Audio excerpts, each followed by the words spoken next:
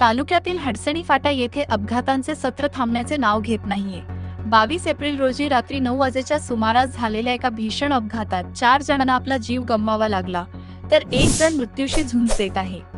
सार्वजनिक बांधकाम विभागाच्या हलगर्जीपणामुळेच हे निष्पाप बळी गेल्याचा आरोप करत संतप्त ग्रामस्थांनी आज प्रशासनाला घेराव घातला.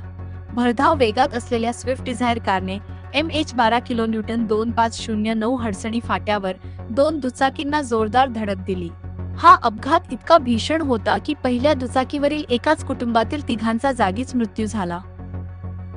मृतकांची नावे रेखाबाई भाऊराव नरवाडे वय 42, यशवंत भाऊराव नरवाडे वय 23, अनुसया बालाजी लोणाळे वय 43. दुसऱ्या दुचाकीवरील भोकर येथील एका व्यक्तीचा उपचारादरम्यान मृत्यू झाला, तर अन्य एक जखमी सध्या नांदेड येथे उपचार घेत असून त्यांची प्रकृती चिंताजनक आहे. एकमत डिजिटल करिता गौतम वाठोरे, हदगाव.